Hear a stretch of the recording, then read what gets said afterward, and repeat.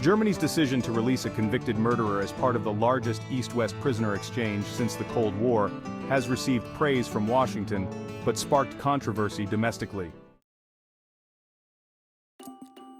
Among those freed in the agreement are United States journalist Evan Gershkovich, several prominent Russian opposition figures, and 5 German citizens detained in Russia and Belarus. However, Germany's price for participating in the swap was particularly steep, as it involved the release of Vadim Krasikov, a man convicted of committing murder in broad daylight in Berlin. Krasikov had been serving a life sentence for the shocking assassination of a former Chechen rebel commander in 2019. During a press conference celebrating the exchange, United States President Joe Biden expressed his deep gratitude to Chancellor Olaf Scholz, noting that the deal required significant concessions from Germany, which initially hesitated due to the nature of Krasikov's crime. Later, Scholz admitted that the decision to release Krasikov, who was convicted in December 2021, was a challenging one.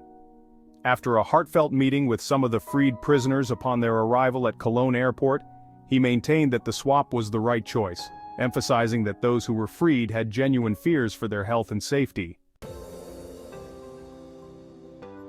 Germany is set to receive 12 of the released prisoners, including Russian dissidents and German nationals. Reports from German TV channel NTV indicated that there were disputes between Scholz's office and the Justice Ministry regarding Krasikov's case. Other reports suggested that the Justice Ministry ultimately instructed prosecutors to suspend Krasikov's sentence to facilitate his deportation, leading to concerns in judicial circles about political interference in the legal process. The German branch of Amnesty International criticized the deal, expressing concern over the bitter taste it left and the troubling equivalence it created between a murderer, convicted in a fair trial, and individuals exercising their right to free speech. The organization warned that the exchange could broaden impunity and embolden Russian President Vladimir Putin, who previously justified Krasikov's actions as patriotic.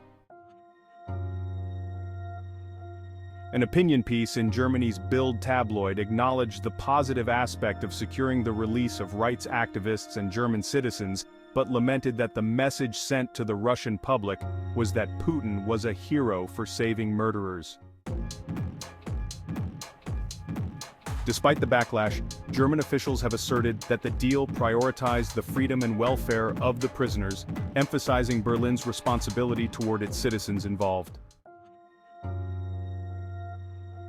Michael Roth, head of the German Parliament's Foreign Affairs Committee and a member of Scholz's Social Democrats, summarized the situation on X, stating, "Sometimes for reasons of humanity, you have to do a deal with the devil." Biden highlighted the significant concessions he secured from allies, calling them bold and brave decisions to release prisoners like Krasikov, who were justifiably being held. The Spiegel Weekly reported that the swap followed several months of negotiations involving the CIA, Germany's BND intelligence agency, and the Kremlin. Initially, the exchange was expected to include Russian opposition leader Alexei Navalny, who died in an Arctic prison in February, before the focus shifted to Gershkovich and former Marine Paul Whelan.